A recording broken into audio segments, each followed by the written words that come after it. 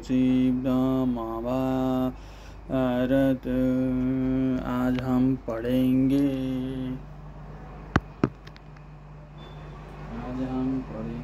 सुनेंगे।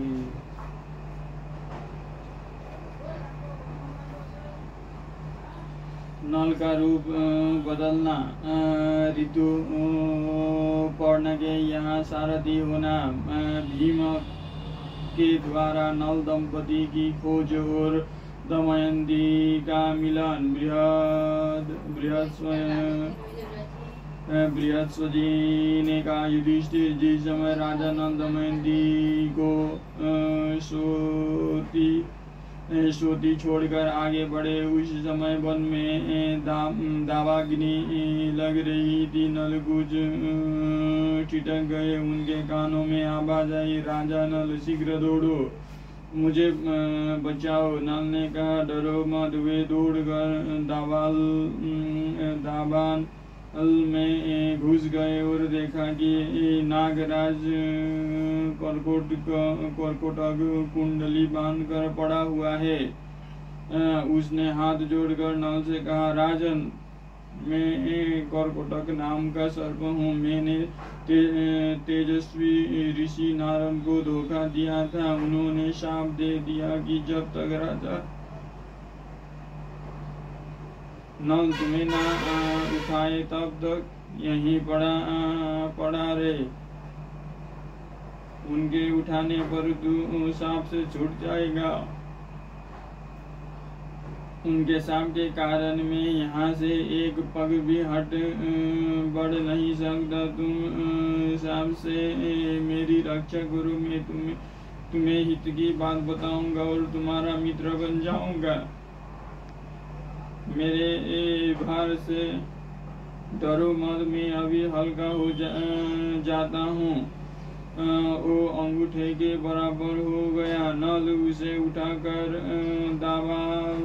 दावानल से बाहर ले आए। कर्कोटक ने कहा, राजन, तुम अभी मुझे पृथ्वी पर न डालो। कुछ पंगों तक गिनती करते हुए चलो। राजा नल ने जो ही पृथ्वी पर 10वां पग ढाला और कहा 10 त्यों ही कर्कोटक नाग ने उन्हें डस लिया।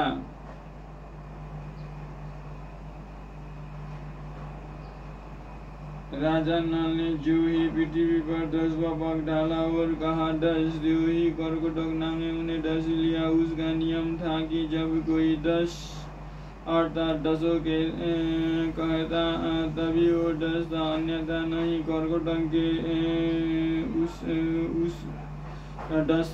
डसते ही नल का पहला रूप बदल गया और कर्कोटक अपने रूप में हो गया। आश्चर्यचकित नल से उसने कहा, राजन, तुम्हें कोई पहचान ना सके, इसीलिए मैंने तुम्हारा रूप बदल दिया है।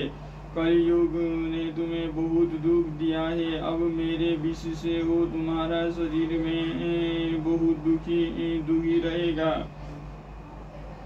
तुमने मेरी रक्षा की, अब तुम्हें हिंसक पशु पक्षी शत्रु और ब्रह्मवेत्ताओं से भी कोई भय नहीं रहेगा। अब तुम पर किसी भी विष का प्रभाव नहीं होगा। युद्ध में सर्वदा तुम्हारी जीत होगी।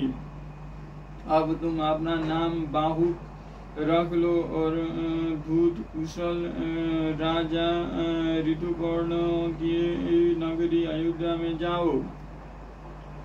तुम उन्हें घोड़ों की विद्या बतलाना और वे तुम्हें जुए का रहस्य बतला देंगे तथा तुम्हारे मित्र भी बन जाएंगे।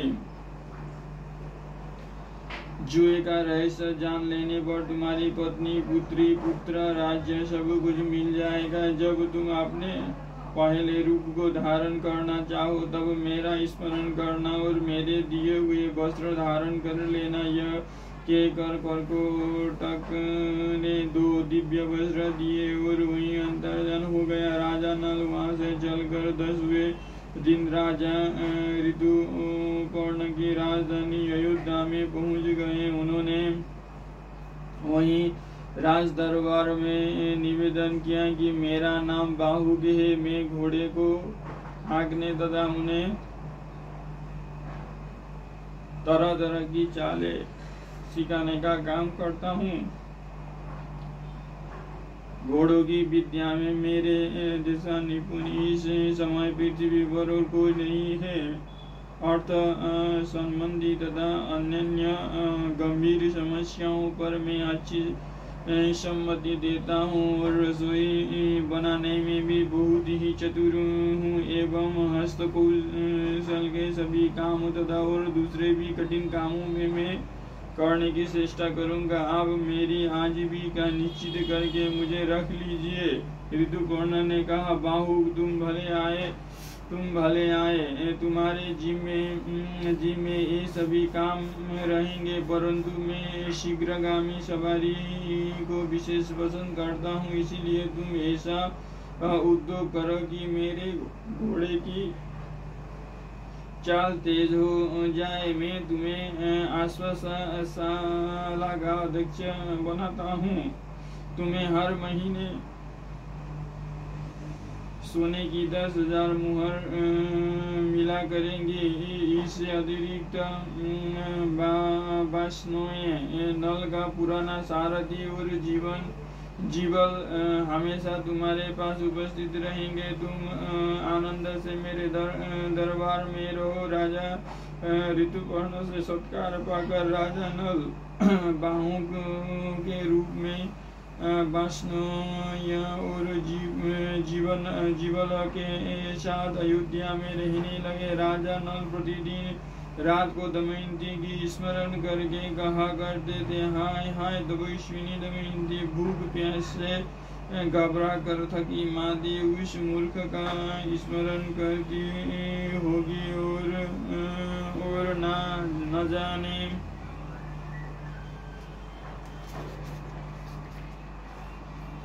न जाने कहाँ सोती होगी। भला वो अपने जीवन निर्वाह के लिए किसके पास जाती होगी। इसी प्रकार वे अनेकों बातें सोचते और इस प्रकार ऋतुपर्ण के पास रहने की उन्हें कोई पहचान न सके। उस विदर्भ नरेश भीम को यह समाचार मिला कि मेरे दामाद नल राज्यच्युत होकर मेरी पुत्री के साथ वन में चले गए। तब उन्होंने ब्राह्मणों को बुलवाया और उन्हें बहुत सा धन देकर कहा कि आप लोग पृथ्वी पर सर्वत्र जाकर नल दंपति का पता लगाइए और उन्हें ढूंढ लाइए।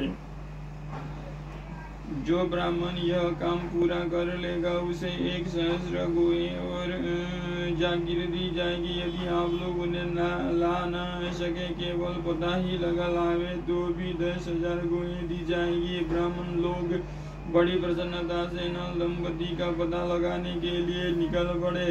सुदेक नामक ब्राह्मण नल दंपति का पता लगाने के लिए चेदिनेश्वरी की राजधानी गया। उनसे एक दिन राजमहल में दमयंती को देख लिया। उस समय राजा के महल में कुया हवा चान हो रहा था और दमयंती सुनंदा एक साथ बैठ कर ही वो मंगल कृत्य देख रही थी। सुदेव ब्राह्मण ने दमयंती को देखकर सोचा कि वास्तव में यही भीमक नंदिनी है। मैंने इसका जैसा रूप पहले देखा था वैसे ही अब भी देख रहा हूँ। बड़ा अच्छा हुआ, इसे देख लेने से मेरी यात्रा सफल हो गई। सुदेव दमयंती के पास गया और बोला, विदर्भ नंदिनी, मैं तुम्हारे भाई का मित्र सुदेव ब्राह्मण हूँ। राजा भीमक की आज्ञा से तुम्हें ढूंढने के लिए यहाँ आया हूँ। तुम्हारे माता पिता और भाई सानंद है। तुम्हारे दोनों बच्चे भी विदर्भ देशों में सकुशल है। तुम्हारे बिछड़ से सभी कुटुंबी प्राणहीन से हो रहे हैं और तुम्हें ढूंढने के लिए सैकड़ों ब्राह्मण पृथ्वी पर घूम रहे हैं। दमयंती ने ब्राह्मणों को पहचान लिया। तब वो क्रम से सबका कुशल मंगल पूछने लगी और पूछते पूछते ही रो पड़ी। सुनंदा दमयंती को बात करते रोते देखकर घबरा गई और उसने अपनी माता के पास जाकर सब हाल कहा।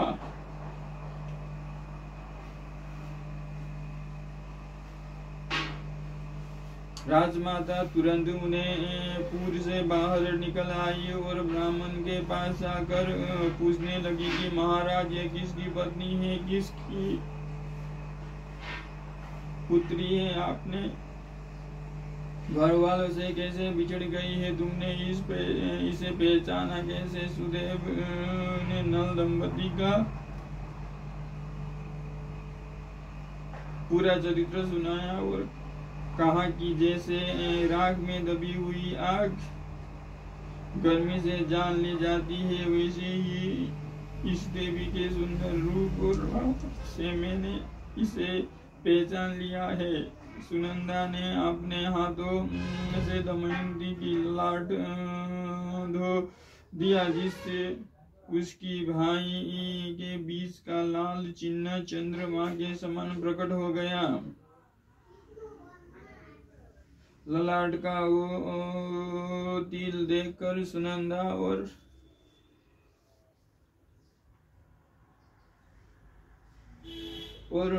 राजमाता दोनों ही रो पड़े। उन्होंने 2 घड़ी तक दमयंती को अपनी छाती में सटाए रखा। राजमाता ने कहा, दमयंती, मैंने इस तिल से पहचान लिया कि तुम मेरी बहन की पुत्री हो।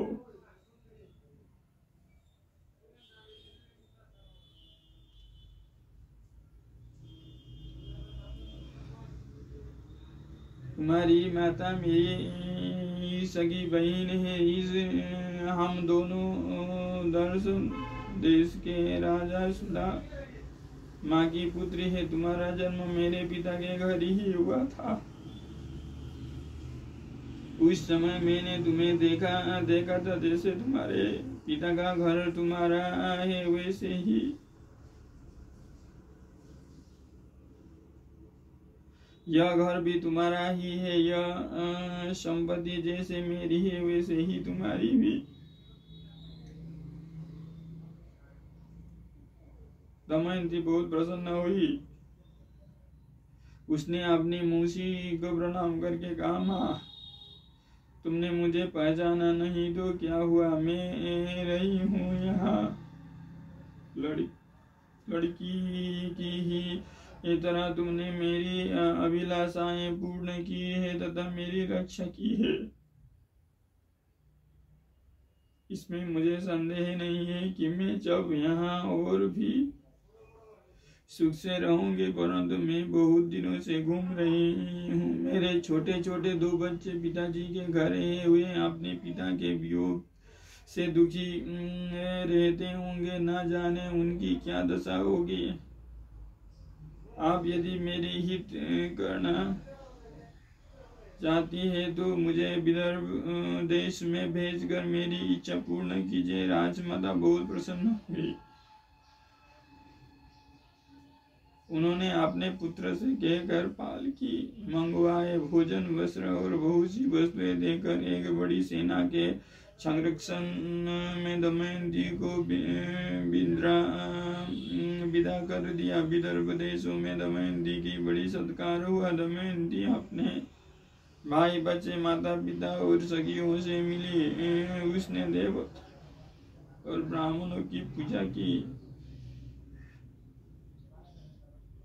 राजा भीमक को अपनी पुत्री के मिल जाने से बड़ी प्रसन्नता हुई। उन्होंने सुदेव नामक ब्राह्मण को 1000 गोएं, गांव तथा धन देकर संतुष्ट किया। अगले अध्याय में पढ़ेंगे नल की खोज, ऋतुपर्ण की विदर्भ यात्रा, कलयुग का उतरना।